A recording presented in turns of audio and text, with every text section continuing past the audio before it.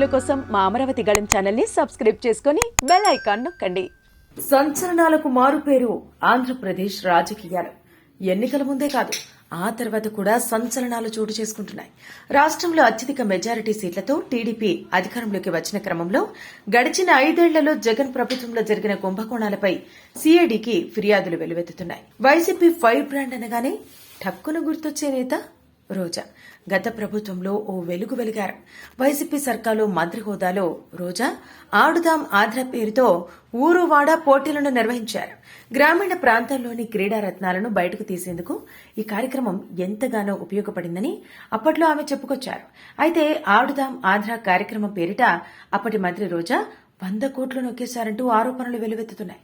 ఈ మేరకు రాష్ట్ర ఆత్యాపాత్య సంఘం సీఈఓ ప్రసాద్ సీఐడీకి ఫిర్యాదు చేశారు. ఈ ప్రోగ్రాం అమలులో 100 కోట్ల మేర కుంభకోణం జరిగిందని అప్పటి మంత్రి రోజా, షాప్ మాజీ చైర్మన్ బైరెడ్డి సిద్ధార్థరెడ్డిలు దీనికి సూత్రధారులని ఆయన ఫిర్యాదులో పేర్కొన్నారు.